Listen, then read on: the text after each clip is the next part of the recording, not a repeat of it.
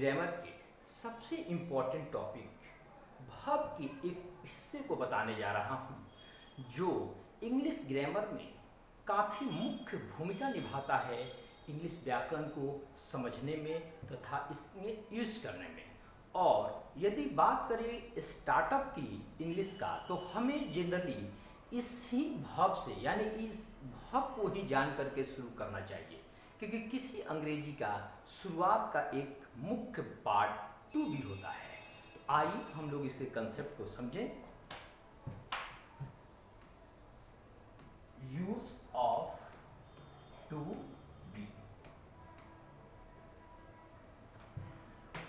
To be यदि हम इसके पहले टू का प्रयोग करते हैं तो यह एक इन्फिनिटिव के रूप में प्रयोग होगा, जिसका अर्थ यदि इंग्लिश में कहें तो सेम बिकम के ही जैसा होता है, यानी कि यह टू बी बिकम से ही बना होता है, या ऐसे कहें कि बिकम टू बी से ही बना होता है, जिसका अर्थ जो पहले से आप जानते हैं कि होना,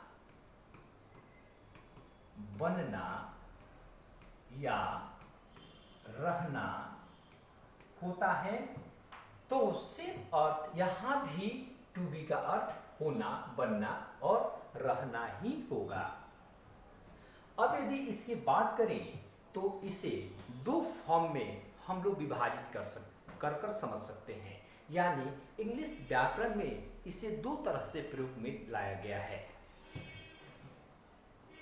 पहला है कि इसका प्रयोग हम लोग एज एक्जुअली वर्ब के रूप में करते हैं,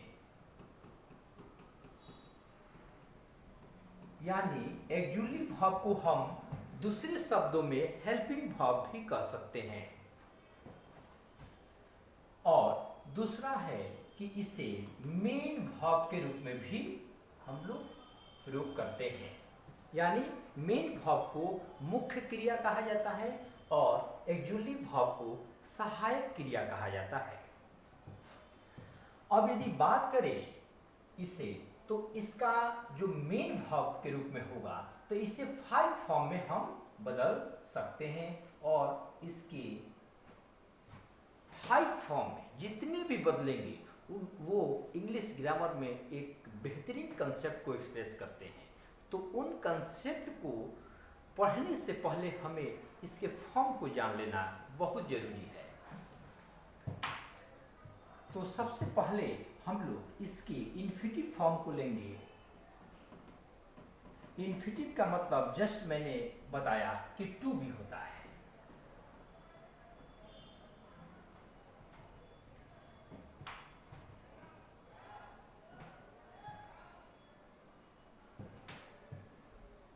और इसे सेम हम लोग जिस प्रकार मेन वर्ब को अन्य वर्ब लेकर के प्रयोग करते हैं, यानी 5 फॉर्म में बदलते हैं, इसको भी हम उसी तरह बदलकर समझेंगे। तो टू बी यदि V1 में इसकी बात करें तो यह हो जाता है आर, यानी आर होने का मतलब है कि यह अपना प्लूरल रूप यहाँ धारण करेगा, क्योंकि कोई भी वर्ब अपने मूल रूप से V1 होता है और वह हमेशा प्लूरल माना जाता है। फिर से समझिए, यानी कि कोई भी वर्ब अपने उत्पत्ति से, अपने जन्म से, यानी अपनी शुरुआती में V1 होता है और वह हमेशा प्लूरल होता है। तो आप भी देखेंगे कि जब भी हम लोग वाक्य में प्रयोग करते हैं तो प्लूरल के ही रूप में करते हैं, यानी इसका प्रयोग प्लूरल सब्जेक्ट के साथ करते हैं, जैसे दे, वी, यू या बॉयज, गर्ल्स एक्सेट्रा। इसी तरह इसका दूसरा रूप V2 होता है।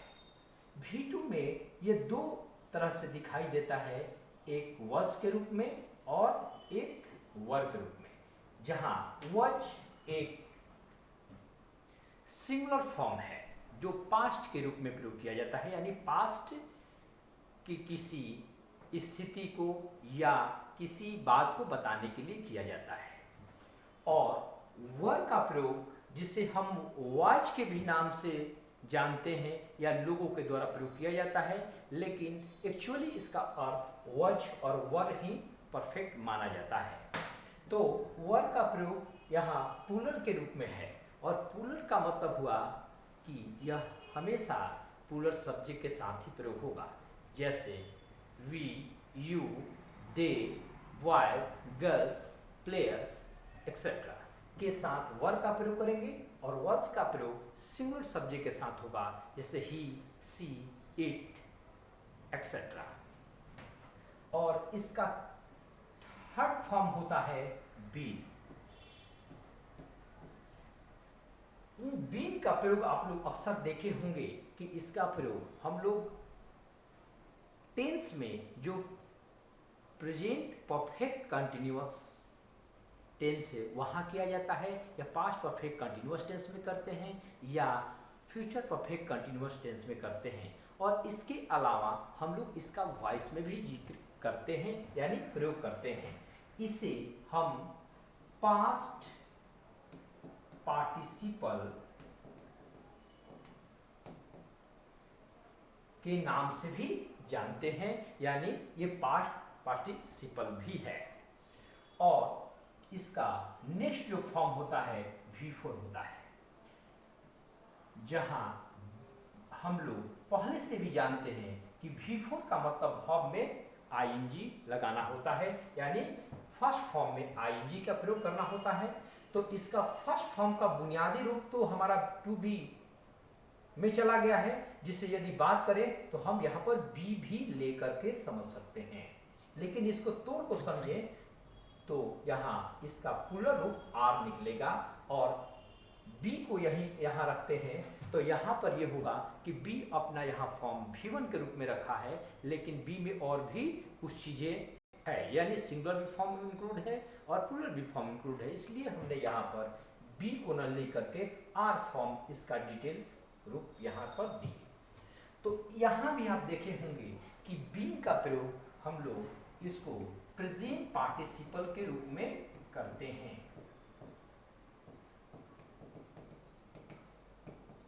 यानी इसका भी प्रयोग आप देखे होंगे कि अक्सर पैसिव वॉइस में किया जाता है, कंटिन्यूअस फॉर्म के, यानी कंटिन्यूअस टेंस में।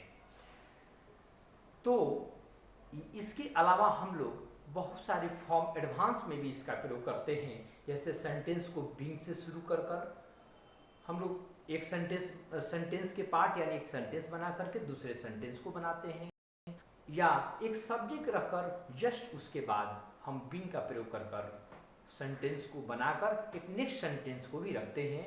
तो आपको ये आगे कर नेक्स्ट पार्ट में मैं इसका एडवांस रूप बताऊंगा, कैसे एडवांस बन करके आपको इंग्लिश में काफ़ी परेशान करता है, जिसको आप जानते हैं कि टू बी यानी इज ए मार बहुत आसान एक टॉपिक होता है, लेकिन इसका बेसिक फॉर्म से लेकर एडवांस फॉर्म तक होता है, जो आपको अंग्रेजी को समझने में काफ़ी परेशान करता है, या कॉम्पिटिटिव एग्जाम में अक्सर इस पर क्वेश्चन पूछे जाते हैं।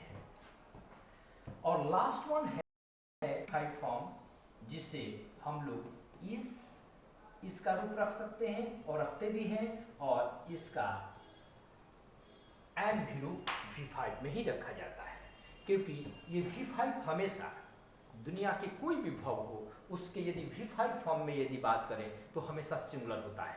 तो आप देखे होंगे कि इस या एंड ये सिंगुलर सब्जेक्ट के साथ प्रयोग होता है। जैसे इस की बात करें तो सब्जेक्ट ही, सी, इट, कोई एक लड़का बॉय, एक लड़की गर्ल, या कोई उसका नाम राम, सीता, अल्ली एक्सेट्रा, और ये अपने आप खुद के लिए प्रयोग किया जाता है। तो मैं यानी खुद मैं तो सिंगुलर हूँ, इसलिए इसे सिंगुलर समझा जाएगा।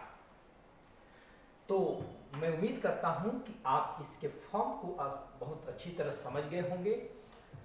अब मैं इसके नेक्स्ट पार्ट में और इसका डिटेल और एडवांस कंसेप्ट को दूंगा। तो सबसे पहले मैं बताते समय पहले आपको इसकी सेंस जो ट्रांसलेट किया जाता है, कैसे किस तरह से ट्रांसलेट करते समय यानी ट्रांसलेशन बनाते समय किस तरह से दिखाई देगा, वो मैं पहले इसको पूरे डिटेल में जिक्र करूंगा, जो शायद मैं उम्मीद करता हूं कि उतना डिटेल आप कभी नहीं पढ़े होंगे। उसके बाद मैं इसके एक और स्टेप एडवांस को बताऊंगा। तो thank you for watching me.